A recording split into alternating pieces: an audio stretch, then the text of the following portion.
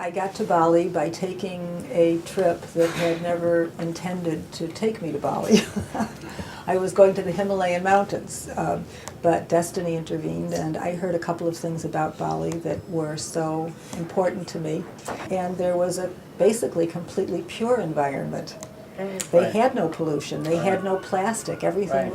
You'd buy carry-out food and it was wrapped in banana leaves that would be cut by widows who needed income. And so there was a whole cycle of support within a basically pure environment. Obviously time changed all of that, and in a very quick way. It was just 25 years really.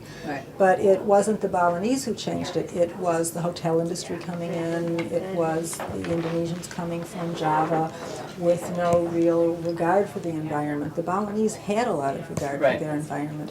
For many years they refused to use the chemicals to grow rice that were being sent from Jakarta. So I think they've got a mindset that can be restored once they have the additional experience and new information.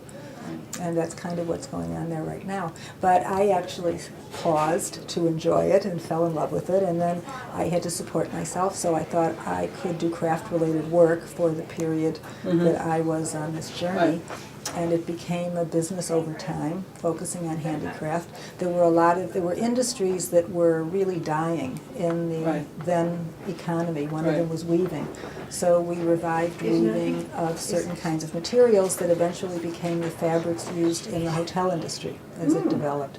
And they only had flat cotton, so I went to the market and found anything that could be put in the loom. So we did fabrics with kerosene wick and sewing thread and anything that created texture. And so it was always a question of rethinking what was there in a larger way. And most of the people who were working with me had never experienced any of the jobs that became their chosen professions. And so we worked and learned together. And that's basically how it started.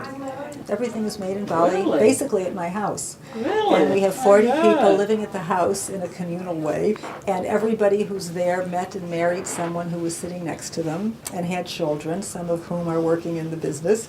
And we've had 3 generations. And they began because I designed the concepts around the weaknesses of Bali. So I couldn't do large quantities of anything because we could never repeat the same color twice. And all of it is about use and function. It's not about fashion or trend. And the beauty is the kind of natural outgrowth of all the amazing materials and the handwork that we do.